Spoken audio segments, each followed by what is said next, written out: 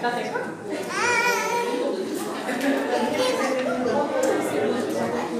Je vais aller écouter Michel ici. Je vais aller.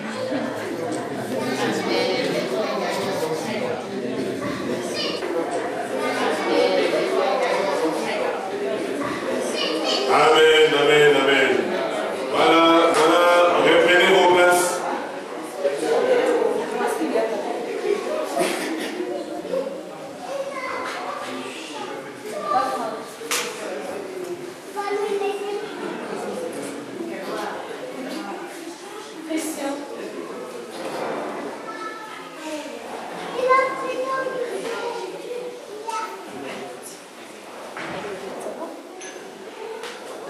Voilà, que le Seigneur soit loué.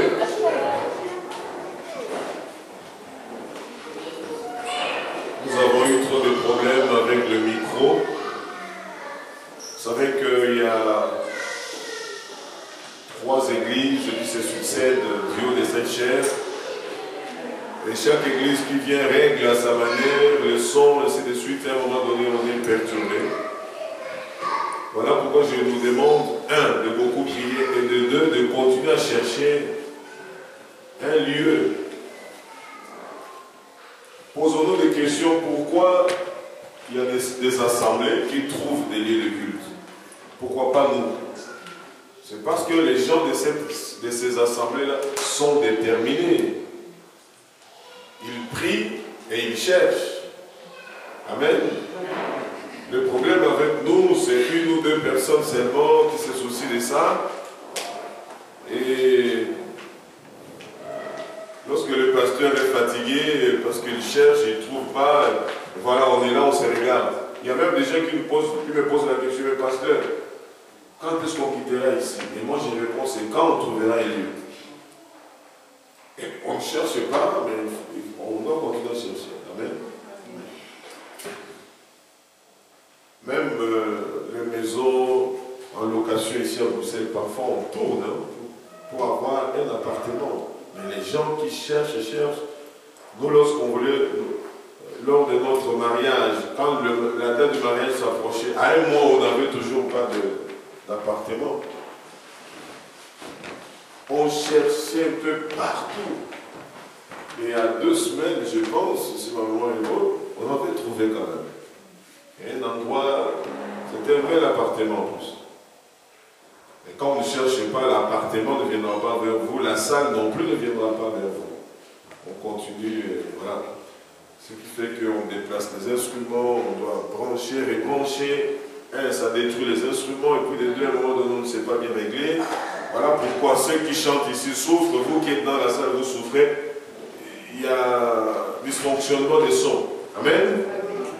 Mais lorsque tout est établi, le pasteur ne mettra pas non plus les instruments dans sa voiture tout le temps. Aller, il faut y ramener, et ça fatigue. Qu'il Dieu entende mon cri. S'il doit entendre le vôtre, mais qu'il entende d'abord mon cri à moi. Vous dites pas Amen. Amen. Je l'attends sur votre cri. Pourquoi la plupart de mes prières ne sont pas exaucées? Nous continuons avec ce thème, c'est notre 3e dimanche. Pourquoi la plupart de mes prières ne sont pas exaucées? Je vous avais donné un exemple. Lorsque quelqu'un cherche du travail, il envoie le CV un peu partout. Tu peux en envoyer 25, 10, 5, 100, ça dépend. Et qu'on ne répond à aucune de tes demandes, quelquefois ça fait du mal. Ça fait mal. Mais est-ce que mes courriers arrivent? Est-ce que je les envoie aux bonnes adresses ou quoi? Et je vous ai dit que la réponse est très importante lorsqu'on entame une démarche. Et je vous ai dit, ça peut être une réponse positive ou négative, mais néanmoins, c'est une réponse. Et il y a beaucoup de frères et sœurs qui prient, ils n'ont pas de la part de Dieu ni son oui, ni son non. Donc c'est dans le vide. Alors là, il y a un problème. Dieu peut répondre négativement, mais pour notre bien. Il peut répondre aussi positivement, toujours pour notre bien. Et s'il ne dit rien, quand vous demandez à quelqu'un, depuis que j'ai pris, Dieu ne m'a encore rien dit. Est-ce que réellement Dieu ne t'a encore rien dit? C'est-à-dire que Dieu ne te connaît pas. Ou alors tu pries mal. Amen. Est-ce que le son dans la salle est clair? Oui, ça va. Micro. Hein? Mais c'est ça le son dans la salle. Parce que moi ici, c'est un son bizarre. Moi ici devant. Ici dans la salle, ça passe, c'est bon. Dans la salle, ça va. Ok, c'est bon. Parce que je m'adresse à vous. Je vous ai dit que le Seigneur, dans son fonctionnement, sa façon d'être, il aime bénir ses enfants. Or, bénir ses enfants, c'est que Dieu aime entendre ses enfants lui parler. Le Créateur, c'est un père qui est décidé à faire toujours du bien à ses enfants. Un bon papa, même lorsqu'il te châtie, c'est toujours pour ton bien. Même lorsqu'il te punit, c'est toujours pour ton bien. Mais il aime entendre ses enfants lui parler. Ça, ce n'est qu'un rappel. Et le dimanche passé, nous nous sommes posé la question, qu'est-ce qui empêche Dieu de nous exaucer? Ou de m'exaucer? On était parti de notre texte de référence, Ésaïe 59, versets 1 à 2. Et nous avons dit au premier point, dimanche passé, la pratique du péché empêche Dieu de nous exaucer. C'est-à-dire que la pratique du péché, le péché est devenu un usage normal. Donc je me livre au péché et le péché, dans ma conception, n'a plus de conséquences. C'est une vie normale. Prendre du plaisir à pécher, entretenir le péché, parfois courir après le péché, ça devient normal. Mentir, ça devient normal. Faire du mal à quelqu'un, ça devient normal. Trahir, critiquer, calomnier, c'est normal. On ne regrette rien. Là, mon frère, ma soeur, tu es déjà trop bas. Tu es déjà dans le creux de l'ennemi, Satan. Et sache que même lorsque tu vas prier jusqu'à transpirer, jusqu'à faire verser des grumeaux de sang, sache que le Seigneur n'exaucera pas tes prières. Prendre du plaisir à pécher, faire du péché une sorte de mode de vie. En quelque sorte, vous banalisez les conséquences du péché. Or, la Bible dit que la conséquence du péché, c'est la mort. Ce micro même. Je dois quand même entendre ici devant. Même ça, c'est pas terrible, mais mieux vaut ça que l'autre. Celui-ci aussi, il est trop long. Dommage pour celui qui filme.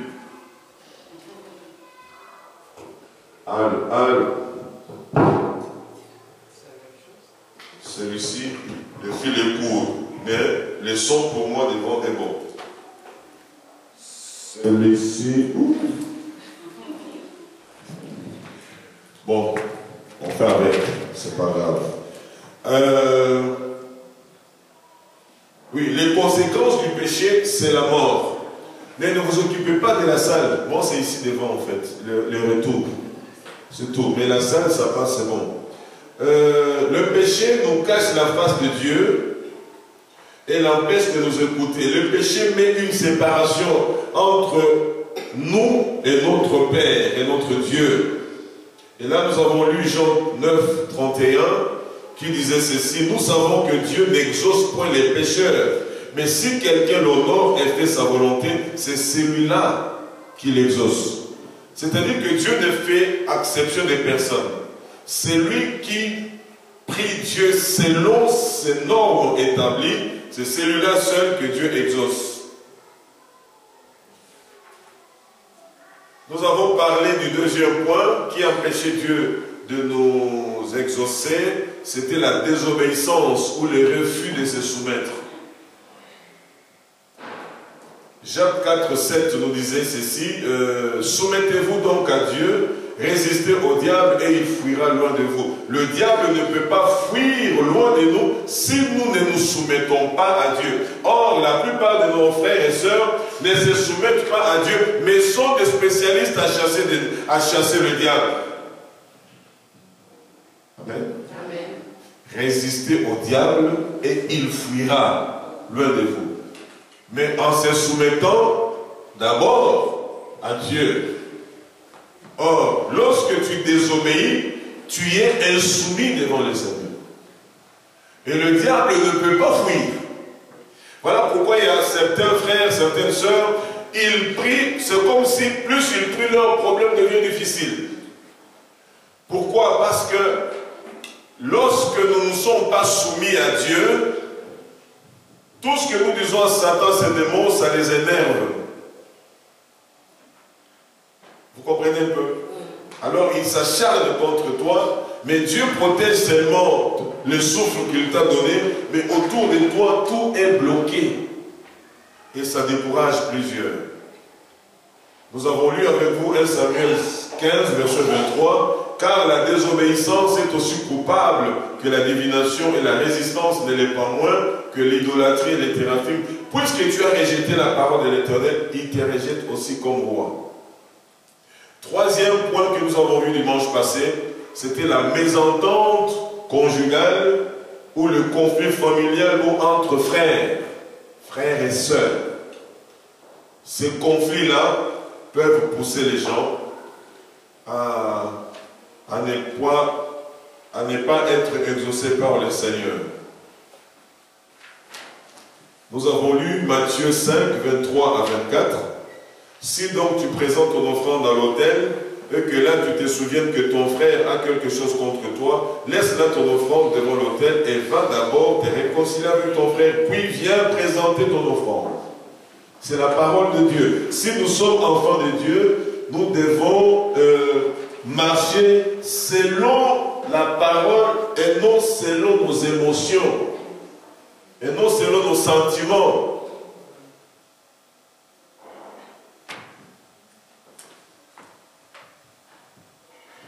Et nous avons encore lu Matthieu 18, 19. Je vous dis encore, si deux d'entre vous s'accordent sur la terre. S'accorder signifie, nous nous mettons d'accord, nous deux, qu'entre nous deux, il n'y a rien, pour demander une chose selon la volonté de Dieu. Et Dieu dit, dans ces cas-là, moi j'exauce. Mais vous allez trouver qu'il y a 2, 3, 4 personnes qui prient, mais ils sont en désaccord dans beaucoup de choses. Mais il dit, là où 2 ou 3 sont réunis, Dieu est là. Dieu est au milieu de 2 ou 3 qui se réunissent en son nom, c'est vrai. Mais Dieu n'exauce pas parce qu'il est présent. Je ne sais pas si je me fais bien comprendre. Ce n'est pas parce que vous êtes à 2, à 3, en tout cas Dieu est au milieu de nous. Mais il n'exauce pas si vous êtes en désaccord. Parce que nos corps peuvent être ensemble, mais nos esprits sont en désaccord. Voilà pourquoi même des couples prient, mais leurs esprits sont en désaccord et Dieu n'exauce pas. Voilà pourquoi on nous a demandé dans Colossiens 3, 12 à 15, de revêtir d'entrailles de miséricorde, de bonté, d'humilité, de douceur, de patience, de nous supporter les uns les autres. Et si quelqu'un, l'un d'entre nous a sujet de se plaindre de l'autre, de nous pardonner réciproquement. De même que Christ nous a pardonné, nous aussi nous devons pardonner. En fait, les problèmes surgissent toujours parmi des frères et sœurs. Ça n'a pas commencé aujourd'hui. Parce que tous les textes que nous lisons dans la Bible, c'est des choses qui avaient existé, c'était le vécu, mais qu'on nous a transmis par révélation du Saint-Esprit pour que nous, les gens du temps présent, que nous ne commettions pas les mêmes erreurs. Ça n'a pas commencé aujourd'hui. Mais lorsqu'il y a un problème, les gens se mettent ensemble. En tant que chrétiens, ils parlent, se demandent pardon et la vie continue. Amen. Si vous voulez être exaucé, c'est là. Et enfin, nous avons vu le quatrième point, le fait de mépriser la parole de Dieu. Lorsqu'on néglige la parole, lorsqu'on foule au pied la parole, lorsqu'on ne fait pas cas de ce que la parole de Dieu me dit, mais je fais quand même ce que moi je veux, mes prières auront des difficultés à être exaucées par Dieu. Retenez que le but de cet enseignement, c'est de comprendre pourquoi mes prières ne sont pas exaucées. C'est ça le but. Tous les tralala à gauche là, oubliez un peu. Ça c'est vraiment, nous nous focalisons sur ça. Pourquoi je prie beaucoup, mais mes prières ne sont pas exaucées? Il y a l'image qui me vient à l'esprit. Pourquoi je mange bien, mais je ne suis pas en bonne santé? Vous comprenez ce que je veux dire? Tu manges bien, tu manges, mais tu n'es pas en bonne santé. Il y a un problème, n'est-ce pas? Ce que soit le corps n'accepte pas ce que tu manges, ou le corps carrément est malade, on doit découvrir qu'est-ce qui fait que tu manges bien, mais tu es en mauvaise santé. Tu n'as pas bonne mine, tu es bizarre. Alors les médecins vont dire, non monsieur, on doit faire les checks là, donc on va checker. Allez, ça commence toujours par les piqûres de la donne ton bras, le sang. On va envoyer ça au laboratoire. Hein? Alléluia! Alors bien aimés, que le Seigneur nous aide. Lorsqu'on méprise la parole, Proverbe 28, verset 9, nous avons lu ça dimanche passé. Si quelqu'un détourne l'oreille pour ne pas écouter la loi, c'est-à-dire la parole de Dieu, sa prière même est une abomination. C'est-à-dire que les gens qui négligent la parole, qui méprisent la parole, qui piétinent sur la parole, qui déconsidèrent la parole, dès qu'ils ouvrent leur bouche pour prier, leurs prières sont comme des bruits aux oreilles de Dieu. Deux, ce sont des abominations. C'est-à-dire quelque chose de souillé, d'impur, que Dieu ne peut même ni regarder, ni entendre. C'est-à-dire qu'il détourne son oreille, il ne veut même pas entendre. Vous voyez, lorsque même les musiciens jouent, à un moment donné, ça a un son bizarre, il règle, il sort. Pourquoi? Parce qu'il recherche le bon son. Comme je l'ai fait avec le micro, là, je cherche un bon son. Alléluia. Alors, si tu continues à mépriser, à négliger la parole de Dieu, tes prières sont rejetées. Tes prières sont une abomination. C'est-à-dire que tes prières dégagent une mauvaise odeur devant le Seigneur. Tu peux changer l'église, tu peux changer de pasteur, tu peux aller assister à des retraites de veillée de prière, mais si tu méprises la parole de Dieu, c'est quoi mépriser la parole de Dieu? 1, je ne la médite pas. 2, le peu que je médite, je ne tiens pas compte de sa teneur dans ma vie. 3, parce que je néglige, je ne peux pas la mettre en pratique. 4, cela signifie que je ne suis pas disciple du Seigneur. Je ne suis pas fils de Dieu. Parce que, excusez-moi, la parole c'est Dieu lui-même. Ne pas méditer ou mépriser la parole, c'est négliger et mépriser Dieu lui-même. Parce que la parole c'est Dieu. Alors, tout ce qui va se suivre, que ce soit la prière, que ce soit l'adoration, que ce soit la louange, que ce soit une dîme, une offrande, ainsi de suite, ça sera de l'abomination devant le Seigneur. Voilà pourquoi vos prières, mes prières ne sont pas exaucées. Le mépris de la parole. Nous avons lu dans Osée 4, verset 6, et c'est la dernière partie qui nous a intéressé, mais je lis quand même tout le verset. Mon peuple est détruit parce qu'il lui manque la connaissance. Puisque tu as rejeté la connaissance, je te rejetterai. Et tu seras dépouillé de mon sacerdoce. Puisque tu as oublié la loi de ton Dieu, j'oublierai aussi tes enfants. Vous voyez que ça va loin. C'est-à-dire que même quand tu pries pour tes enfants, Dieu oublie même tes enfants parce que toi, tu as rejeté la connaissance de la parole de Dieu. Et Dieu ne peut pas exaucer. Et je vous ai dit que ce n'est pas être à côté d'un apôtre, d'un prophète, archibishop, pasteur, ainsi de suite, hyper onctionnel que Dieu va t'exaucer. Non. Dieu exauce les gens qui respectent sa parole. Et je vous ai même dit que Dieu n'entend pas nos paroles quand nous prions. Dieu veut s'entendre en nous lorsque nous prions sa parole. Vous vous habituez à prier, mais selon la parole de Dieu. Regardez les prières des patriarches dans la Bible. Que ce soit Abraham, que ce soit Isaac, Jacob, vous passez par Moïse, Joseph. Il rappelle toujours à Dieu, tu avais dit ceci, cela. Du temps de nos pères, voici ce que tu avais dit, tu avais fait. Ce sont, excusez-moi, les prières qui touchent le cœur de Dieu. Ce n'est pas tu viens là, Seigneur, je n'ai pas mangé d'hamburger, je n'ai pas eu le ticket de métro. Ça, Dieu n'entend pas un langage comme ça. J'ai échoué à l'école, Seigneur, j'ai échoué. Non. Le Seigneur dit que celui qui n'est pas intelligent demande l'intelligence à l'Éternel qui le donne à qui il veut. Seigneur, je sens que j'ai difficile à l'école. Mais ta parole me dit que si je n'ai pas d'intelligence, je dois te demander cela sans douter dans mon cœur. Voilà pourquoi, Seigneur, ça Dieu entend. Amen. Ok? Amen. Oh Seigneur, ça fait des années, même les petites filles qui viennent après moi se sont mariées. Moi, je ne me suis pas encore marié. C'est quoi ça? Moi, je suis parmi. Le Seigneur n'entend pas ces langages-là. Alléluia. Amen. Non, ça, ce n'est pas le langage de Dieu, en fait. Tu peux beau parler, ça n'arrive pas. Mais quand tu commences à dire, Seigneur, il est écrit dans la parole de Dieu qu'il n'est pas bon que l'homme soit seul, il faut lui faire une semblable. Je dois être une semblable de quelqu'un. Et je vois, là, le Seigneur dit, oui, là, j'entends ma fille. Là, j'entends mon fils. Ainsi de suite.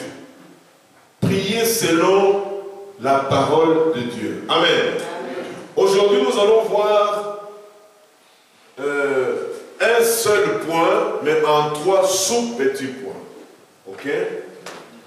L'irritation, donc c'est le point 5, l'irritation, la colère et la nervosité. Ces 3 choses peuvent empêcher ou interdire Dieu de nous exaucer. L'irritation, la colère et la nervosité.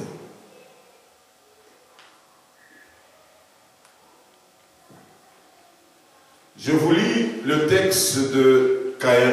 Oh là là, texte de Caïn. Texte de Genèse 4, versets 1 à 11. Abraham connut Ève, sa femme, elle conçut, affronta Caïn et lui dit, et elle dit, j'ai formé un homme avec l'aide de l'Éternel. Elle enfanta encore son frère Abel. Abel fut berger et Caïn fut laboureur. Au bout de quelque temps, Caïn fit à l'Éternel une offrande de fruits de la terre, et Abel de son côté en fit une des premiers-nés de son troupeau et de leur graisse. L'Éternel portant un regard favorable sur Abel et sur son offrande, mais il ne porta pas un regard favorable sur Caïn et sur son offrande. Caïn fut très irrité et son visage fut abattu. Il fut comment? Très irrité. Et son visage fut abattu. Et l'Éternel dit à Caïn, pourquoi es-tu irrité et pourquoi ton visage est-il abattu? Certainement, tu agis bien. Non, si tu agis bien, tu relèveras ton visage. Et si tu agis mal, le péché se couche à la porte et ses désirs se portent vers toi, mais toi domines sur lui. Cependant, Caïn adressa la parole à son frère Abel, mais comme ils étaient dans le champ, Caïn se jeta sur son frère Abel et le tua. L'Éternel dit à Caïn, où est ton frère Abel? Il lui répondit, je ne sais pas, suis-je le gardien de mon frère? Et Dieu dit, qu'as-tu fait? La voix du sang de ton frère crie de la terre jusqu'à moi. Maintenant tu seras maudit de la terre qui a ouvert sa bouche pour recevoir de ta bouche le sang de ton frère, de ta mère plutôt, excusez-moi, le sang de ton frère. Amen. Amen. Vous comprenez, nous étions à la fin du mariage hier. Moi personnellement j'ai dormi vers 2h30 du matin. C'est un peu cette fatigue-là que vous ressentez dans les petites erreurs là. Comprenez-moi. Amen. On est humain. Que Dieu soit loué. Nous voyons là le premier sous-point, l'irritation. Par définition, l'irritation, c'est un sentiment de mécontentement lié à la rébellion. Un sentiment de mécontentement lié à la rébellion suite à un désaccord avec une tierce personne. Un sentiment de mécontentement lié à la rébellion suite à un désaccord avec une tierce personne. Le simple fait que Dieu avait exaucé l'offrande, c'est-à-dire la prière de son frère Abel, ça a provoqué un mécontentement en lui. Et ce mécontentement l'a poussé à la rébellion, à la révolte. Parce qu'il était en désaccord. Comment Dieu a exaucé mon frère et pourquoi pas moi? C'était déjà un désaccord. Et lorsqu'il y a des accords, le Seigneur nous dit ici dans la parole que si nous nous laissons envahir par l'irritation, nous allons mal agir. Mais c'est à nous de dominer sur elle.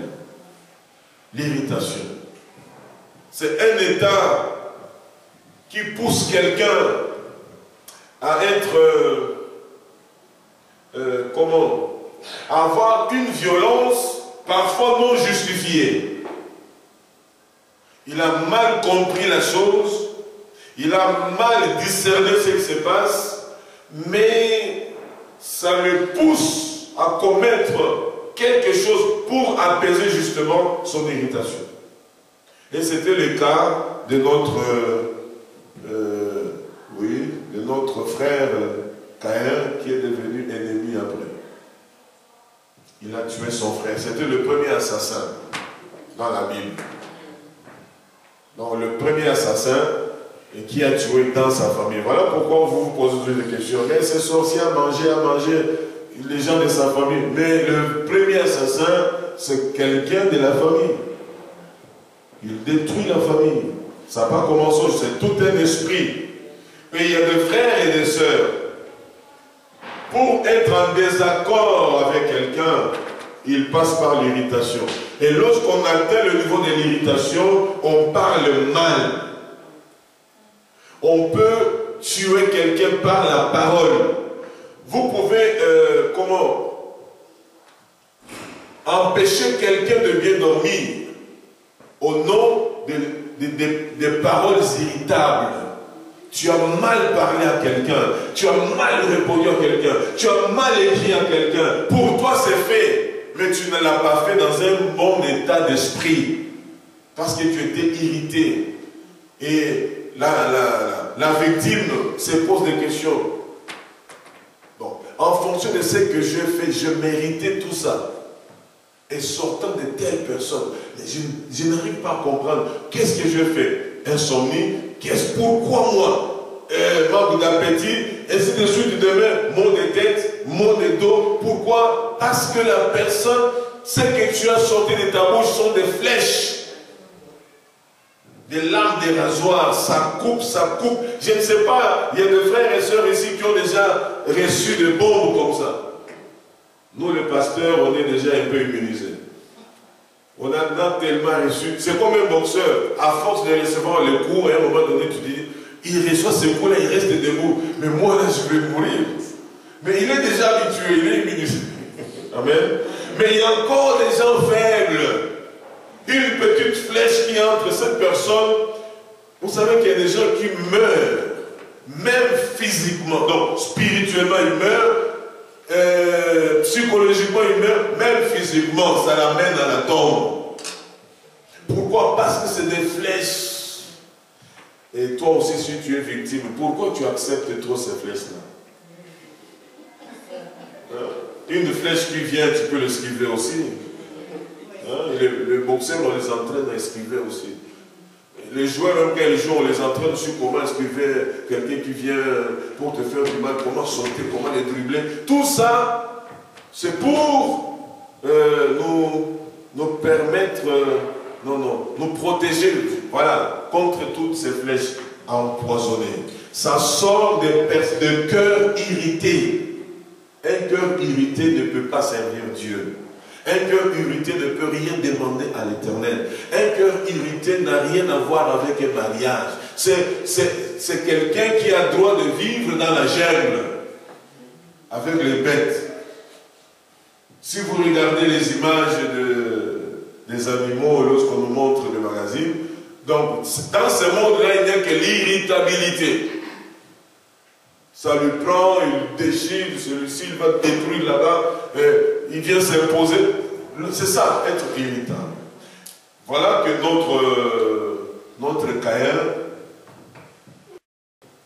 Dieu lui pose même la question, après l'avoir conseillé de ne pas le faire, il le fait, dit, tu me poses la question, est-ce que moi je suis le gardien? C'est comme s'il croyait donner des leçons à Dieu.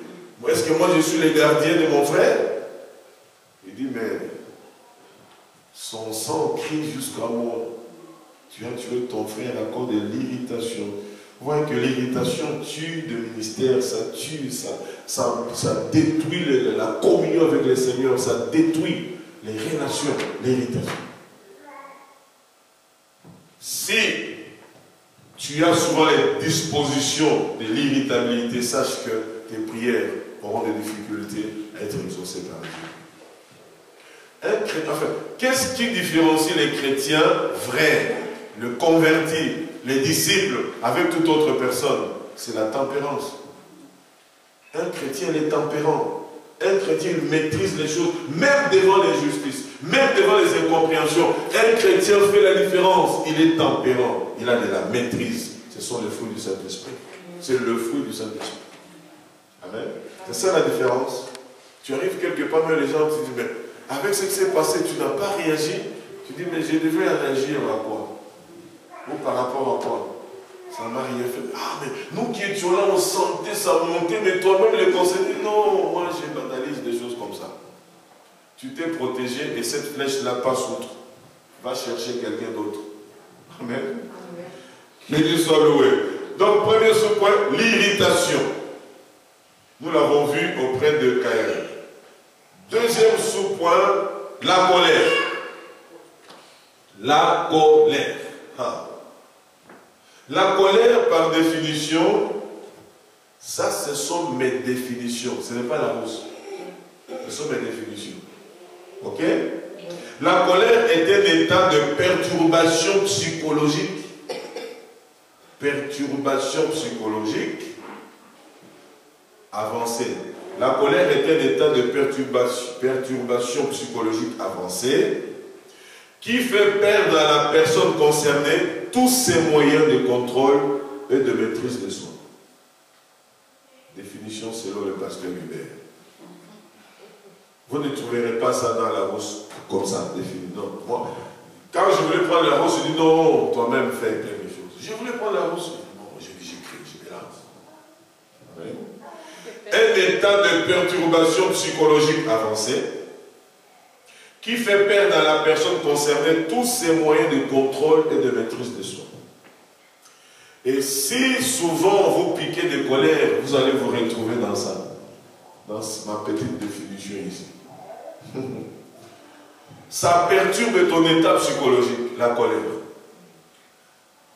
Tu es déstabilisé dans ce que tu fais et tu perds tes moyens de contrôle et de maîtrise de soi. Alors pourquoi quand quelqu'un est sous colère,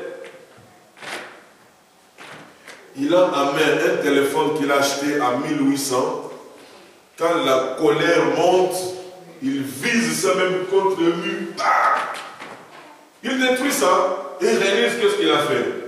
C'était un état de perturbation psychologique avancée.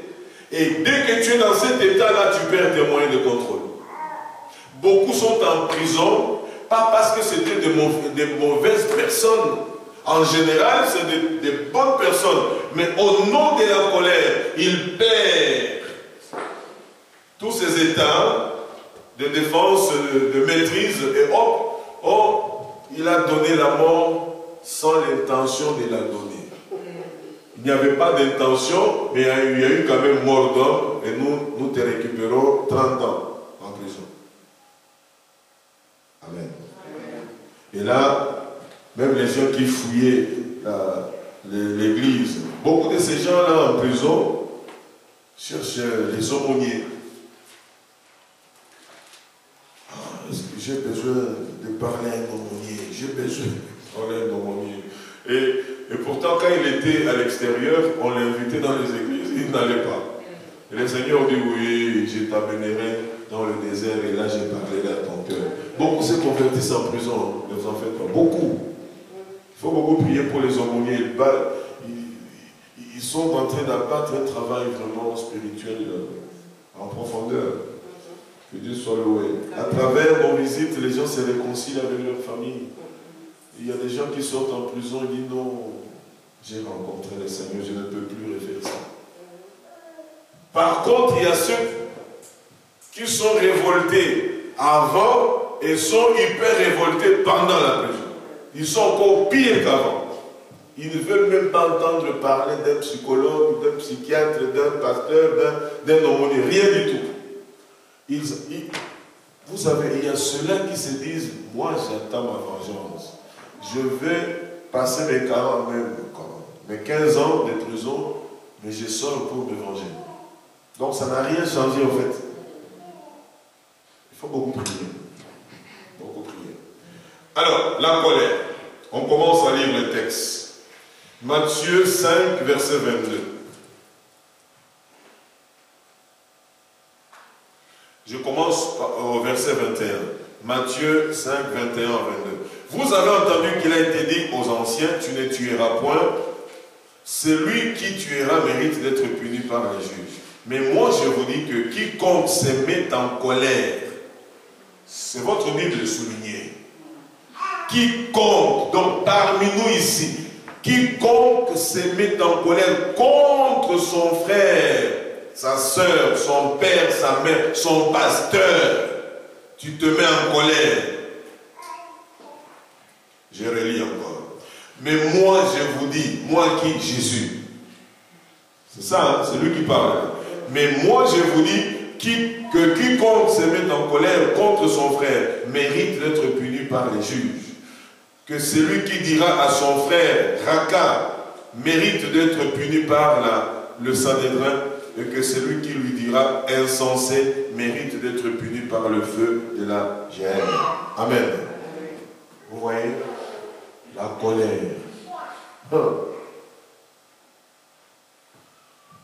Tu mérites d'être puni. C'est-à-dire que quand tu te mets en colère contre quelqu'un et que tu ne fais pas passer ta colère, tu empêches Dieu d'exaucer à tes prières. Tu l'interdis donc d'intervenir dans ce que tu fais. Tous tes projets n'auront rien à voir avec le Seigneur. Romains 1, verset 18. Alléluia. Amen. Oh peuple de Dieu, nous cherchons beaucoup les démons. Nous aimons ça. C'est un exercice. Je te chasse au nom de Jésus, je te renverse. Mais le Seigneur nous dit, pour ceux qui lui appartiennent, entièrement, totalement, ne s'intéresse plus à chasser les démons. Parce que quand je suis soumis, l'ennemi fuit loin de moi. Nous n'aurons même plus le temps de perdre le temps. Nous allons chasser les démons de pauvreté de famille. Ouais, démons de pauvreté. Le Seigneur entendait dire, tu n'es même pas soumis à moi. Mais qui va combattre cet ennemi-là de pauvreté?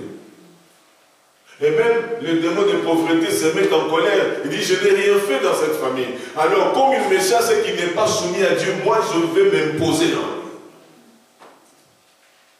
Bon, bien aimé, il faut comprendre les choses du royaume avec l'oreille spirituelle, pas avec les sentiments. Amen. Romains 1, verset 18. Hein? verset 18. La colère de Dieu se révèle du ciel contre toute impiété et toute injustice des hommes qui retiennent injustement la vérité captive. Car ce qu'on peut connaître de Dieu est manifeste pour eux, Dieu le leur ayant fait connaître. Donc le simple fait que tu te conduis avec impiété, avec injustice, la colère de Dieu est sur toi. Pourquoi? Parce que toi-même, ayant la colère en toi contre Dieu, Dieu lui-même se fait justice contre toi. Il y a beaucoup de versets qu'on doit lire là. Éphésiens 4. Éphésiens 4, verset 26. Éphésiens 4, 26. Je commence au verset 25. C'est pourquoi renoncez aux mensonges et que chacun de vous parle selon la vérité à son prochain, car nous sommes membres les uns des autres. Si vous vous mettez en colère, ne péchez point, que le soleil ne se couche pas sur votre colère. Amen. Au verset 27, et ne donnez pas accès au diable. C'est-à-dire que la colère non maîtrisée donne accès au diable. La colère entretenue donne accès au diable. Vous comprenez? Automatiquement, Dieu n'exauce pas. Je peux me mettre en colère. Si vous vous mettez en colère, ne péchez point. Je peux me mettre en colère. Mais la colère ne doit pas me pousser à pécher. Comment comprendre cela? Quelqu'un m'a fait du mal, j'en ai souffert, j'ai attrapé une forte colère et j'entends les sollicitations de la colère. Tu peux te venger, ne les salue plus, ne les fréquente plus, ainsi de suite. Aussi longtemps que je n'ai pas encore dit oui à toutes ces sollicitations, je n'ai pas encore péché. Amen. Il y a encore une frontière que je n'ai pas encore franchie. Mais dès l'instant que j'entends les sollicitations et que je le mets en pratique, à ce moment-là, le péché est entré. Et là, j'ai donné accès au diable. Voilà pourquoi, dans la thérapie de couple, lorsque un de conjoints est très en colère, parfois on demande qu'il fasse même un tour à l'extérieur. Pas n'importe où, hein. Un tour pour évacuer. Mais il ne faut pas dire non, à la maison c'est une forte colère et tu vas quelque part où tu vas te défouler. Non, ça c'est pas ça. Il faut sortir un peu. Même à pied ou prendre la voiture, aller te promener un peu pour l'avenir. Tu peux prendre une tasse de café quelque part, un chocolat chaud. Tu es là, et voilà, tu parles à une ou deux personnes inconnues. Bonjour monsieur, ça va? Est-ce que ça vous plaît ici? Ça vous plaît ici? Il dit oui, c'est la première fois que moi j'arrive ici, j'avais un peu froid, je voulais prendre un chocolat chaud. Ah oui, non, on vient toujours ici, ça fait 80 ans qu'on vient ici. Donc, pendant que tu parles là, ça évacue aussi. Parce que à ce moment-là, tu ne pêches pas. C'est comme quand on dit fouiller l'impudicité. Tu es tenté, il y a comment on dit, la séduction. À côté de la séduction, il y a aussi un terme là. Donc il y a la séduction, et ainsi de suite. Mais tant que tu n'as pas encore cédé à ça, tu n'as pas péché. Et quand tu sens que je n'ai plus de force à résister, je fais quoi? Je fuis. La colère, on peut la fuir aussi comme ça. Et quand on revient à la maison, on est apaisé. Même si l'autre continue à crier, maintenant on est déjà apaisé. Amen. Mais si tu te mets en colère et que tu exécutes les ordres de la colère, tu as péché. Et Dieu n'exauce pas aux prières des hommes colériques. Éphésiens 4, verset 31.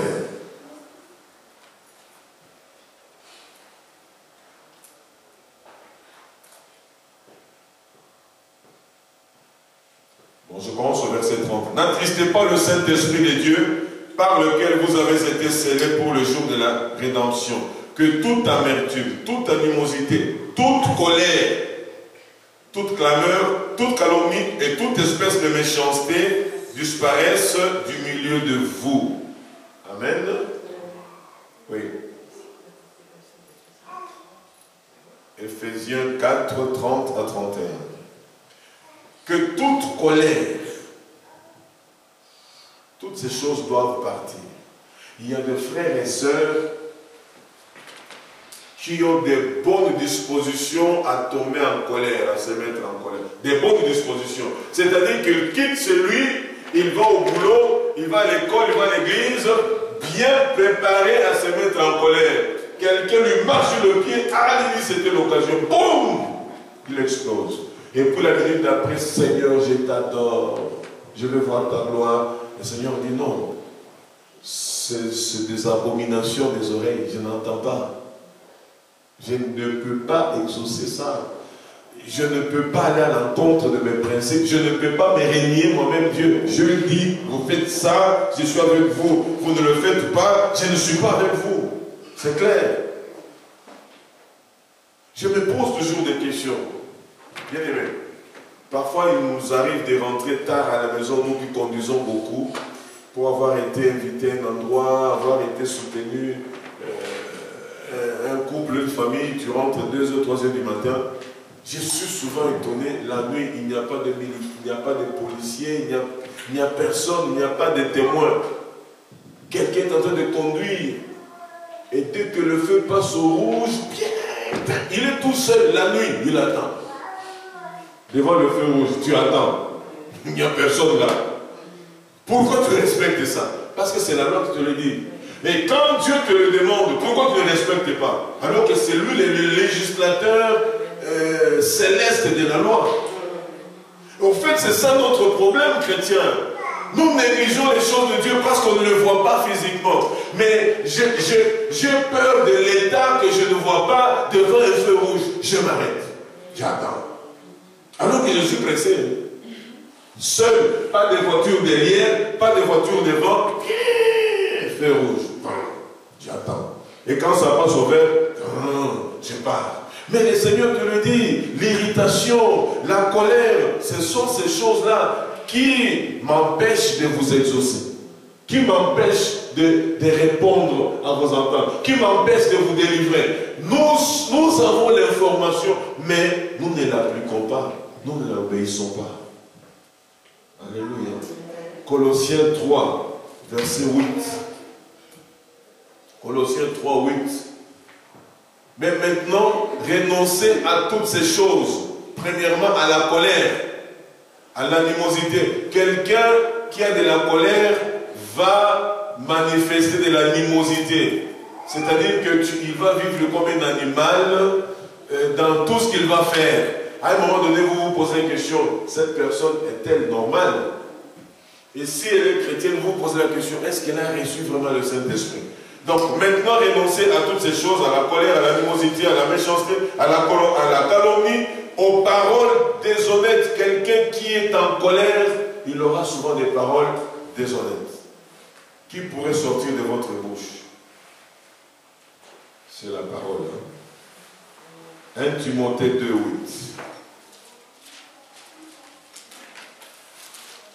1 Timothée 2, 8. Je veux donc que les hommes prient en tout lieu, en élevant des mains pures, sans colère ni mauvaise pensée. Vous voyez que la colère, Dieu la connaît. Dieu connaît les conséquences de la colère. Et dans ton corps, et dans tes relations, et dans ton intimité avec Dieu, connaît les conséquences. C'est pourquoi il parle là. Je veux donc que les hommes prient en tout lieu. Ici, c'est au pluriel les hommes, c'est-à-dire les hommes masculins, les femmes. Prient en tout lieu en élevant des mains pures, sans colère, ni mauvaise pensée. N'oubliez pas que la colère est un état de perturbation psychologique avancé qui fait perdre à la personne concernée tous ses moyens de contrôle et de maîtrise de soi. Il y a des enfants qui ont tué leurs parents au nom de la colère. Il y a des parents qui ont tué leurs enfants au nom de la colère. Il y a des gens qui ont détruit des églises au nom de la colère. Il y a des gens qui ont détruit de très bonnes relations au nom de la colère. Et tu regrettes après. Tu peux revenir pour te réconcilier, mais les personnes en face ont été tellement déçues. Dis non, on te pardonne. Si ce sont les gens droits, directs comme moi, on dit non, je te pardonne, mais nos relations ne seront plus comme avant. Si tu as besoin de moi, je suis là. Moi qui t'appelais une ou deux fois par mois, 6 mois, je ne t'appelle plus. Ah, mais j'avais essayé de t'appeler. Ah, d'accord, c'est à cette période j'avais voyagé. Comment vas-tu? Ok, ça s'arrête là. Pourquoi? Parce que on peut se réconcilier, parce que la Bible nous le demande. Mais la confiance perdue, la récupérer, la retrouver, c'est tout un problème. Amen. Alors, bien aimé, vous voyez comment est-ce que nous faisons des choses que nous oublions, mais qui poussent Dieu à ne pas nous exaucer. C'est tout ce que je suis en train de vous dire là. Amen. On va vous parler des démons des familles, des démons de villages, des tribus et tout. Oui, ça c'est pas un problème. Mais est-ce que moi je suis en ordre avec tout ce que Dieu est en train de me dire là? C'est comme ça que nous devons comprendre, bien aimé, le principe de Dieu qui permet à Dieu de nous pardonner et que nous soyons des hommes et des femmes mis à part par l'Éternel. Je vous ai demandé de faire l'exercice de lire la plupart des vies de prières de patriarches dans la Bible. Pourquoi eux, lorsqu'ils avaient un problème, soit ils décrétaient un jeûne, comme on disait qu'il déchirait ses habits, il dormait dans la cendre, et quand il priait, Dieu répondait. Par oui ou par non, mais Dieu répondait. Mais nous autres là, qu'est-ce qui se passe? Frères et sœurs, pose-toi là, qu'est-ce qui se passe? Pourquoi Dieu ne m'exauce pas? C'est comme ça, je vous ai dit, quelqu'un qui mange bien, pourquoi il n'a pas bonne santé? Donc il y a quelque chose à régler, n'est-ce pas? Vous êtes avec moi? Amen. Beaucoup disent, est-ce que je parle à quelqu'un? Oh là là. Tite 1, verset 7.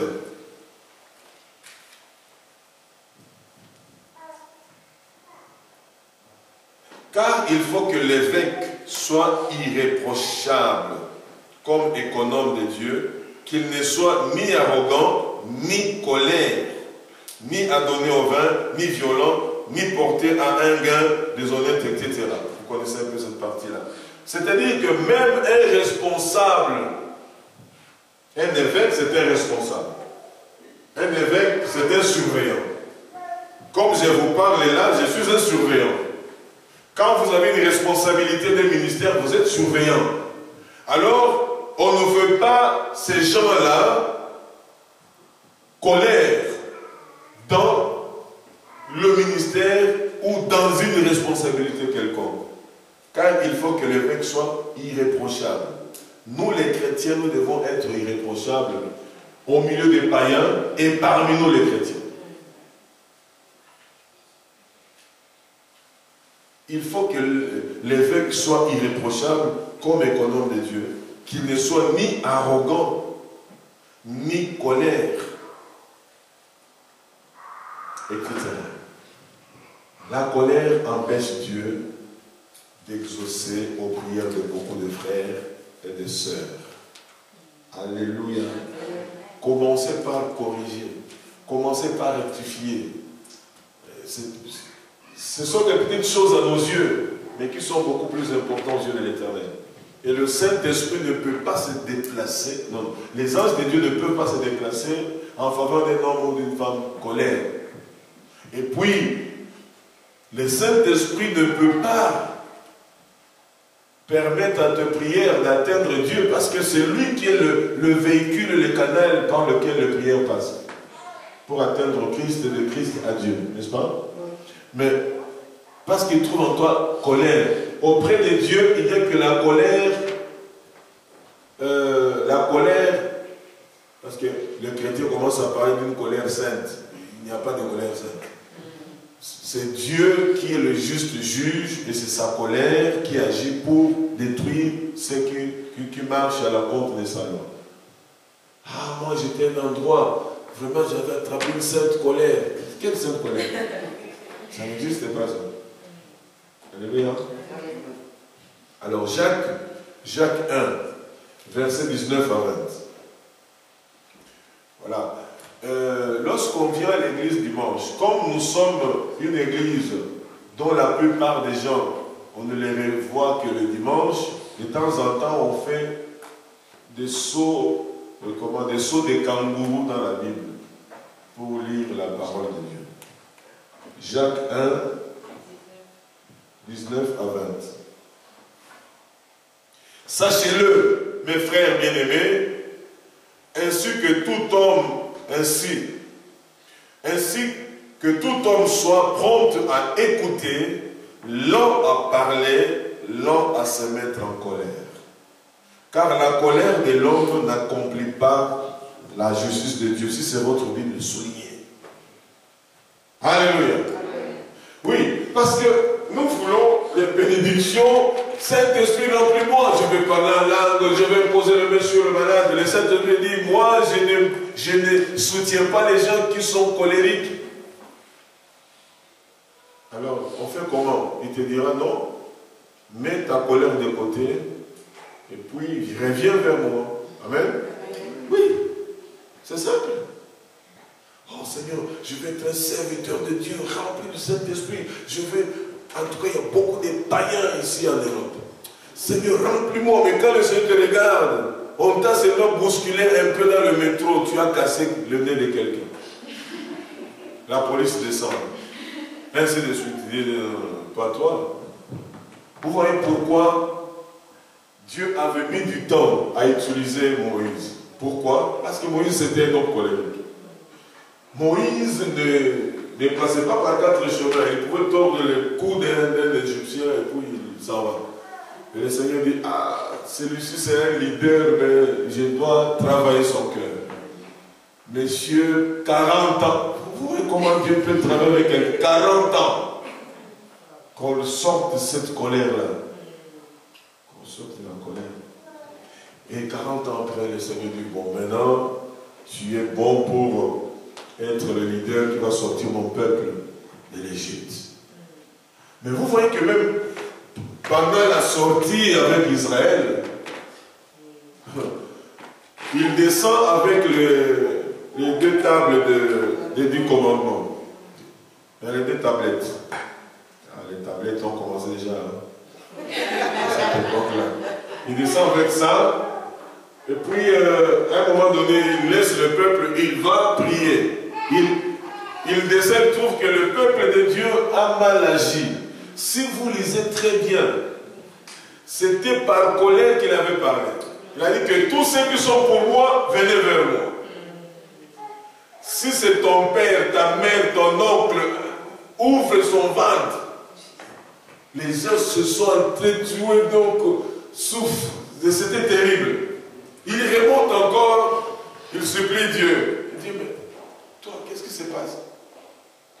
Et même, ah oui, j'ai encore oublié, même les tablettes, il les a déchirées, il les a brisées. Il s'est dit, mais toi, qu'est-ce qui se passe? Ce peuple-là, c'est mon peuple. Il lui donne encore. Mais plus loin, on lui demande de frapper, il a fait ce qu'il a fait là, et puis il est sorti. Vous aussi, vous ne comprenez pas. Il a oublié que c'était, il travaillait en fonction de Dieu. Il dit, ben, parce que, allez, buvez, Maintenant, le Seigneur dit, oui, petit, viens maintenant, ça n'est trop. 40 ans de désert, j'ai travaillé ton caractère, je me suis révélé à toi comme je ne l'ai jamais fait à quelqu'un d'autre, et tu es en train toujours de tuer mon peuple et de t'énerver comme ça. Alors tu montes à la montagne, qu'est-ce que tu vois? Oh, je vois une plaine, ainsi de suite. Le Seigneur dit, c'est le pays là, pour lequel tu as marché presque pendant 39 ans. tu n'entreras pas. Au nom de ta colère, tu n'entreras pas. Tu vois ça de loin, mais tu n'entreras pas. Vous voyez que même avec un Moïse, le Seigneur dit, si je continue avec ces messieurs, je vais le perdre pour l'éternité. Il dit, c'est maintenant le temps. Tu n'entres pas, allez, reviens. Comme ça, on en est fini. Alléluia. La colère, ça empêche beaucoup de frères et sœurs à être exaucés par Dieu. Hein? Sachez-le, mes frères bien-aimés, ainsi que tout homme soit prompt à écouter, lent à parler, lent à se mettre en colère, car la colère de l'homme n'accomplit pas la justice de Dieu. Tout ce que tu as fait sous la colère, pour te justifier, ça n'a pas accompli la justice de Dieu. Tout. Et puis tu viens, Seigneur, tu es très saint, tu es très... Et pendant que tu sors, tu dis, oui, je suis très très saint d'ailleurs. Tu le dis bien. Voilà pourquoi dans ma sainteté, je ne peux pas. Troisième sous-point, la nervosité. La nervosité. Donc, l'irritation, la colère, la nervosité. Nous nous connaissons tels que nous sommes là. Chacun se connaît, non? Vous pouvez être même un faux calme. Les gens peuvent dire, ah, lui il a toujours été calme, il n'a jamais de problème avec les gens, c'est bon. Mais ayez un problème avec le calme là. Tu vas prendre de quel bois il se chauffe. Amen. Souvent, ce sont des gens difficiles à gérer, hein. Difficiles à cerner même. En Afrique, il y a un proverbe, je le dis à terre à terre comme ça, avec un français terre à terre, que l'eau qui ne bouge pas dans Israël, Amen, à cause de leur colère, Siméon et Lévi ont disparu même lorsque le père était en train de partager l'héritage familial. Ils n'ont pas été exaucés. Et ces tribus-là ont disparu, engloutis parmi les 12 là. Ils n'existent même plus. Ils ont été remplacés par les deux fils de Joseph qu'il avait eu en Égypte. Ephraïm et Manassé. Vous voyez, au nom de la colère, ils ont vengé leurs sœurs en tuant les gens et en détruisant des bêtes. Les jarrets des chevaux. Les chevaux, c'était le moyen de subsistance de ces gens-là, le moyen de transport. Et voici. Lorsque le verdict tombe, on les a exclus. On ne les a pas exaucés. Et voici que on les a remplacés. Alors, bien aimé, l'irritation, la colère, la nervosité, ce n'est pas une vie normale d'un chrétien. Et quand vous entrez dans le mariage, ces choses ne doivent même pas se reproduire là-bas. Au cas où vous tombez en colère, la colère peut surgir, mais ne commettez pas, ne péchez pas au nom de la colère. L'irritation, la nervosité, ça, ce sont des choses qu'on ne doit même pas trouver parmi les chrétiens. Tu t'énerves pourquoi? Ah, aujourd'hui, comme je n'ai pas déjeuné, je sais qu'à l'église, je vais avoir une tasse de café. Et c'est le jour qu'on t'a pas servi cette tasse de café. Et tu t'énerves. Tu ne peux pas rentrer chez toi et... Pour bien même mon coin ici. C'est comme le lundi qu'on avait... C'était férié avec les enseignants veulent les baptiser. J'avais froid. Vous voyez, quand vous entrez ici, on n'a pas beau chauffer la salle. J'avais tellement froid, je fais un tour là pour chercher un peu. J'arrive ici, les gens fument de partout, ça. Je vais, il y a un café ici, un autre là, à côté, là, sur la rue où il y a les trams passent. On a cigarette fumée par, je dis, je ne peux même pas entrer ici, je rentre avec ma soif. Je suis rentré. Est-ce que je devais mériter? De toute façon, j'ai plusieurs sortes de café même chez moi à la maison. Il suffit que je chauffe le moi-même, c'est parti. Alors, peuple de Dieu, voici les choses qui empêchent Dieu de nous exaucer. Amen. Amen. Soyons gentils entre nous. Aimons-nous les uns les autres. Si quelqu'un se plaindre, pardonnez-vous. Comme moi je vous ai pardonné, pardonnez-vous. La Bible nous a ouvert tout ça pour nous montrer comment nous devons marcher. Parce que nous les humains, nous les hommes, nous sommes un peuple au courant, un peuple compliqué à gérer. Que Dieu vous bénisse. Mettez en pratique ces choses. Amen. Nous sommes à la veille de notre journée du 23 novembre. Je ne veux pas voir des hommes et des femmes venir ici avec des visages bizarres. Amen. C'est mon jour à moi. Moi, je veux que mon jour me plaise. Amen. Alors, préparons-nous à porter nos dîmes, nos offrandes, nos actions d'église.